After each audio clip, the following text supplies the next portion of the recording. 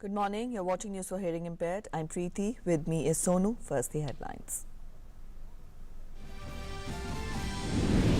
Prime Minister Narendra Modi announces comprehensive economic package of 20 lakh crore rupees. Says package for farmers, workers, middle class and industry. Prime Minister gives clarion call for self-reliant India. Lays down 5 pillars of Atmanirbhar Bharat.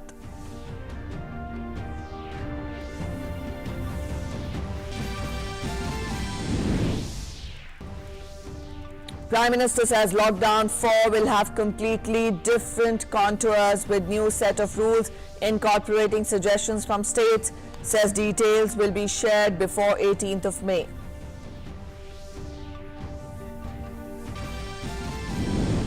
Railways begin passenger train services on 15 selected routes. Delhi to Bilaspur train becomes the first passenger train to again hit the tracks. Tickets only on IRCTC website or the mobile app. Only confirmed ticket holders allowed at railway stations. Shramik trains continue to ferry migrant labourers and stranded passengers back home.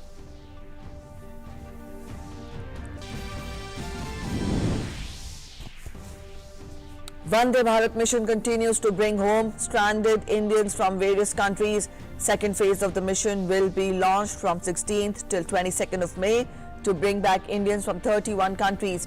INS Magar brings home 202 Indians as part of Samudra Setu operation.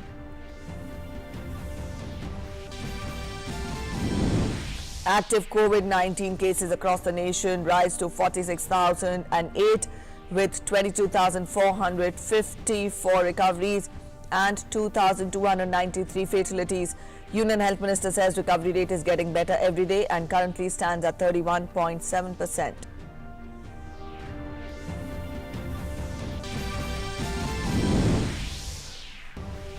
And COVID-19 cases continue to increase globally with more than 42 lakh confirmed cases and over 2.91 lakh deaths. The world sees more than 14.8 lakh recoveries. US remains the worst hit country with over 82,000 deaths, followed by United Kingdom, Italy and France. Afghan President Ashraf Ghani orders the military to move to offensive mode after 2 violent attacks by militants on a maternity clinic and a funeral ceremony that kills at least 36 people. India condemns barbaric attack on civilians.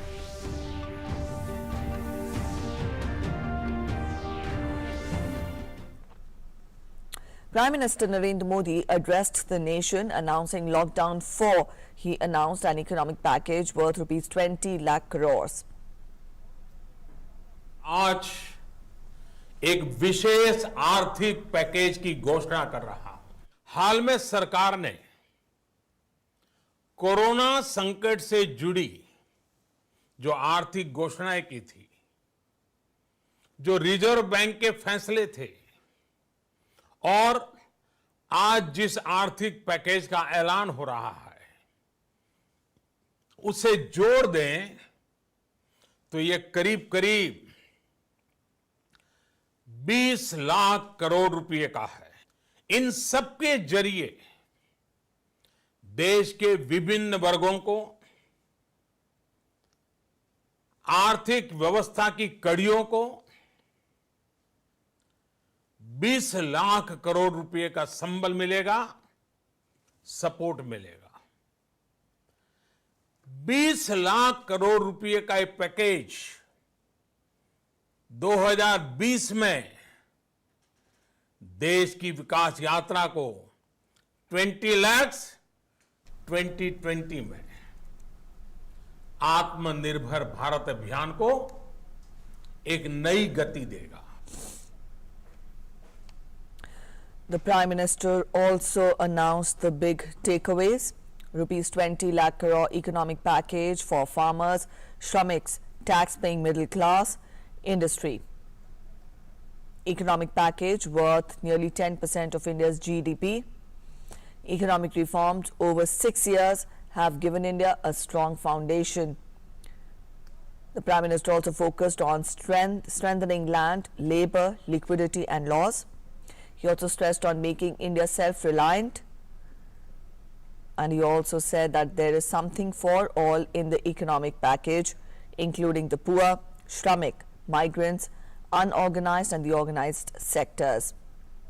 The Prime Minister also gave the mantra for vocal for local to ensure robust supply chain.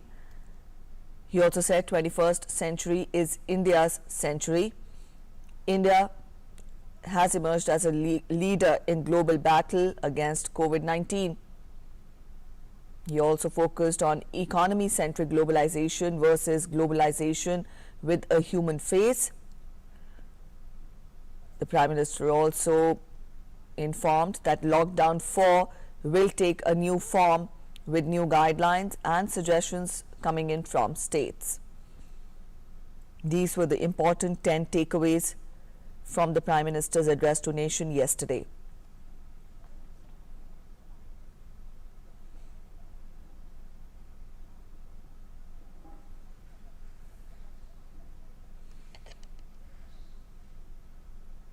Prime Minister Narendra Modi stressed on the positive impact of reforms. He said that reforms will take place in the entire supply chain linked to agriculture to ensure empowerment of farmers, and in future it will lessen any impact on agriculture in any second crisis like corona. अब reforms के उस दायरे को व्यापक करना है, नई ऊंचाई देनी है। ये रिफॉर्म्स खेती से जुड़ी पूरी सप्लाई चेन में होंगे ताकि किसान भी सशक्त हो और भविष्य में कोरोना जैसी किसी दूसरे संकट में कृषि पर कम से कम असर हो।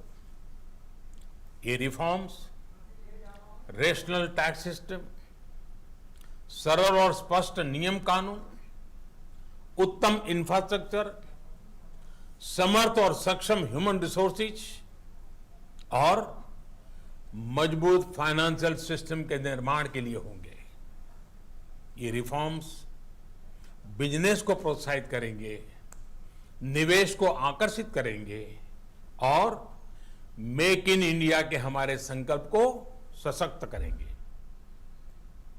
Prime Minister urged all Indians to buy local products. He said time has come to be vocal about local strengths. संकट के समय में लोकल ने ही हमारी डिमांड पूरी की है, हमें इस लोकल ने ही बचाया है। लोकल सिर्फ जरूरत नहीं बल्कि हम सबकी जिम्मेदारी है। आज जो ग्लोबल ब्रांड्स लगते हैं वो भी कभी ऐसे ही बिल्कुल लोकल थे, लेकिन जब वहां के लोगों ने उनका इस्तेमाल शुरू किया, उनका प्रचार शुरू किया, उनकी ब्रांडिंग की, उन पर गर्व किया, वो प्रोडक्ट्स लोकल से ग्लोबल बन गए। इसलिए आज से हर भारतवासी को लोकल के लिए वोकल बनना है। न सिर्फ लोकल प्रोडक्ट्स खरीदने हैं बल्कि उनका गर्व से प्रचार भी करना है। Prime Minister Narendra Modi said a self-reliant India will stand on 5 pillars. Lockdown 4 contours will be completely different from those seen yet, said the Prime Minister. On the basis of recommendations received from states, new rules will be framed and information about the same will be conveyed before 18th of May. Prime Minister noted that the world trusts that India has a lot to contribute towards development of the entire humanity.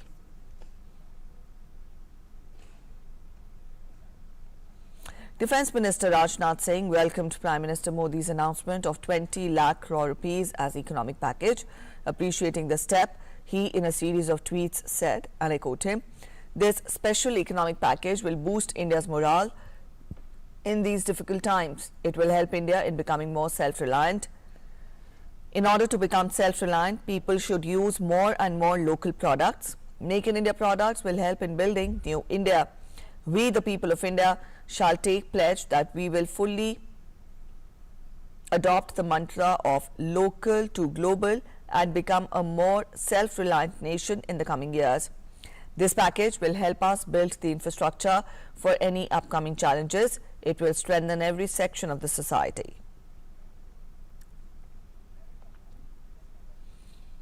Information and Broadcasting Minister Prakash Javadekar tweeted, 20 lakh crore rupees package announced by Prime Minister Narendra Modi is the biggest package India has ever seen. Atmanirbharta, that is self-reliance, is the new mantra.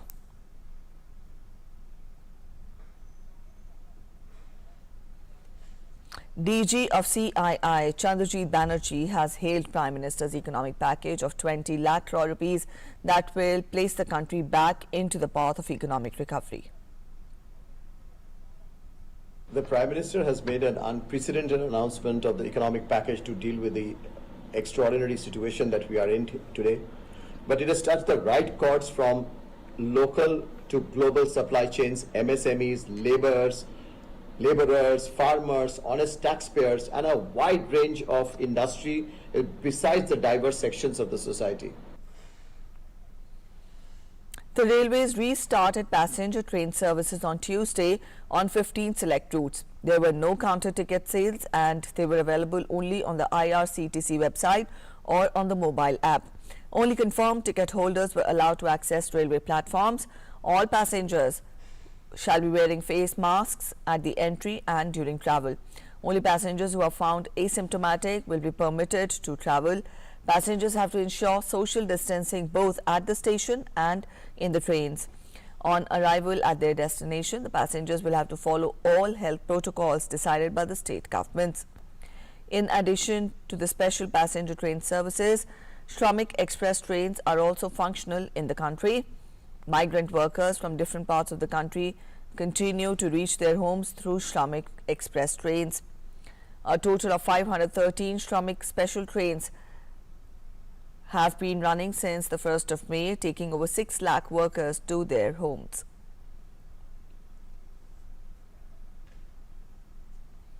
One of the 2 flights to Delhi from UAE under a Vande Bharat mission to repatriate the Indians today has postponed by a day for operational reasons. Now, this flight will now operate tomorrow. Vande Bharat mission, the biggest ever evacuation exercise undertaken anywhere in the world, has been going smoothly since it began on 7th of this month. Thousands of Indians have been flown back to India in the flights operated by Air India and Air India Express under Vande Bharat mission. Now, according to the sources in the Ministry of External Affairs, the second phase of this mission will be launched from the 16th to the 22nd of May. It will bring back Indians from 31 countries. 149 flights, including feeder flights, will be operated. Flights from Russia, Ukraine, Uzbekistan, Germany, Netherlands, France, Spain and Thailand have been added to the list of countries in Phase 1. States and union territories covered in the Phase 2 are Kerala, Delhi, Karnataka, Telangana, Gujarat, Rajasthan, Andhra Pradesh, Punjab, Bihar, Uttar Pradesh, Odisha, Madhya Pradesh and Chandigarh. Flights have also been scheduled for Jaipur and Mumbai. The Ministry of Civil Aviation on Tuesday issued a clarification over the reported standard operating procedure for restarting of the aviation post-lockdown and said that it is yet to be finalized. Earlier, the ministry had issued a draft of the standard operation procedure to all the aviation stakeholders, including airlines and airport operators, before the resumption of domestic commercial flight operations. The ministry has asked airlines and airport operators to respond on the draft SOP. INS Magar, deployed by Indian Navy for next phase of repatriation of the Indian citizens from Maldives as part of Operation Samudra Setu under Vande Bharat mission, entered Kochi on Tuesday along with 202 Indian nationals, which included 23 women and 3 children. The ship had sailed from Maldives late evening on May 10th, and despite the inclement weather and rough seas, the ship's crew has left no stone unturned to ensure the comfort of the Indian nationals brought on board, mostly from Kerala and Tamil Nadu. The repatriation was conducted in accordance with standard operating procedure, prepared by the central government and factoring all the possible contingencies. All precautions for infection control on the ships, in conjunction with isolation and quarantine protocols for crew, were ensured. The ship was received at Samudrika Cruise Terminal by the officials from state government, district administration and port trust, who had streamlined the elaborate process of all mandatory health and immigration procedures and made extensive arrangements for speedy disembarkation, health screening, immigration and transportation for the evacuated Indian nationals. With the completion of the first phase of Vande Bharat mission, Indian Navy has successfully brought back a total of 900 by INS Jalashwa earlier, and also that was 698 Indians were brought earlier. Indian nationals, these were the numbers of the Indian nationals who were brought from Maldives. Indian Navy's Operation Samudra Setu truly epitomizes India's efforts in providing succor to our nationals as envisaged under Vande Bharat mission. INS Jalashwa would be proceeding to Maldives for the next phase of repatriation of approximately 700 Indian nationals commencing 15th of May. Jammu and Kashmir administration has launched a web portal to help its residents stranded in other parts of the country due to novel coronavirus-induced lockdown. The portal, jkmonitoring.nic.in, gives updates on those registered and also allows a person to check the application status for facilitating the journey back home. In addition to the web portal, a dedicated 24/7 COVID-19 helpline, that is 0191 2466 988, has been launched. People can get information on arrangements made for their movement, to have regulated arrival, to enable testing and to control the spread of COVID-19. The portal allows the government to issue authorization for travel to individuals and groups as per the capacity. The portal has received over 2,156 hits in a span of 2 hours and almost 50% for downloading the authorization by the government of Jammu and Kashmir. COVID-19 has now killed over 2.91 lakh people, while over 42.55 lakh people are confirmed to have been infected worldwide. The world's worst hit country, US, with over 13.67 lakh infections and over 82,000 deaths, seems to be coping up speedily, with many states opening up in the recent days. But the experts say that the virus is not fully under control. President Trump, who is desperately seeking to reboot the economy ahead of November elections, said that the US was making tremendous strides in ramping up testing and the number of virus infections is coming down very rapidly. The epicenter of the outbreak in the United States, that is New York City, people are mostly indoors for the past 2 months. City mayor has said that restrictions on social life and non-essential businesses will likely remain in place until next month, as Governor Andrew Cuomo announced that 3 regions in New York State could start reopening their economies this weekend. Cuomo also called on Congress to craft a federal stimulus package that funds police officers, teachers and other employees of the states, in spite of giving it to executives and big companies.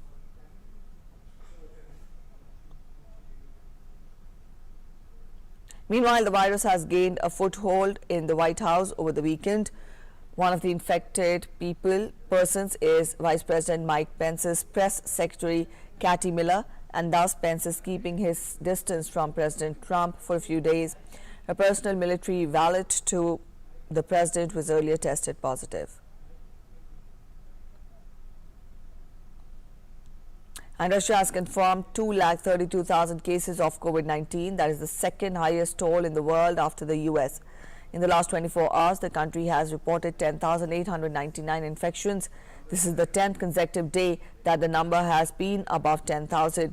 A glimmer of hope, however, is that despite the high number of confirmed cases, the country's death toll is only 2,116. Following President Putin easing the country's lockdown, authorities in Moscow have extended self-isolation measures in the capital until the end of May, but have allowed industry and construction work to resume this week.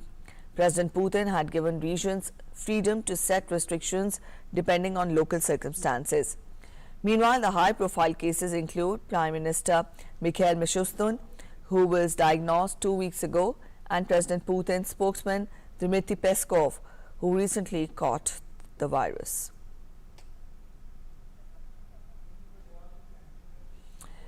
In Britain, a total of 32,769 people who tested positive for COVID-19 have died in the United Kingdom, recording a rise of 627 in a 24-hour period. Meanwhile, with the lockdown restrictions being eased, a cabinet minister announced that the nation's shops would begin a phased reopening at the beginning of June, according to a guidance published on Monday on how employers should begin reopening the economy applied to businesses that are currently open and shops that might begin a phased reopening from 1st of June. As confusion surrounding the lockdown easing continued, commuters headed to work early on Tuesday. Meanwhile, marking the International Nurses' Day, legendary British nursing hero Florence Nightingale's image was projected on St. Thomas' Hospital to mark the 200th anniversary of her birth. The World Health Organization has said that some treatments appear to be limiting the severity of or the length of COVID-19 disease, and that it was focusing on learning more about 4 or 5 of the most promising ones. WHO said that coronaviruses in general as very tricky viruses that are difficult to produce vaccines against. Over 100 potential COVID-19 vaccines are being developed, including several in clinical trials. The WHO said that in April, a vaccine would take at least 12 months. Afghanistan witnessed 2 attacks at different places yesterday. 16 people, including 2 babies and 12 mothers and nurses, were killed when several gunmen attacked a maternity hospital in Kabul. While in the eastern province of Nangarhar, a bombing at a funeral killed at least 26 people. No group has claimed responsibility for the hospital attack, while the Islamic State group has said it was behind the attack on a police commander's funeral.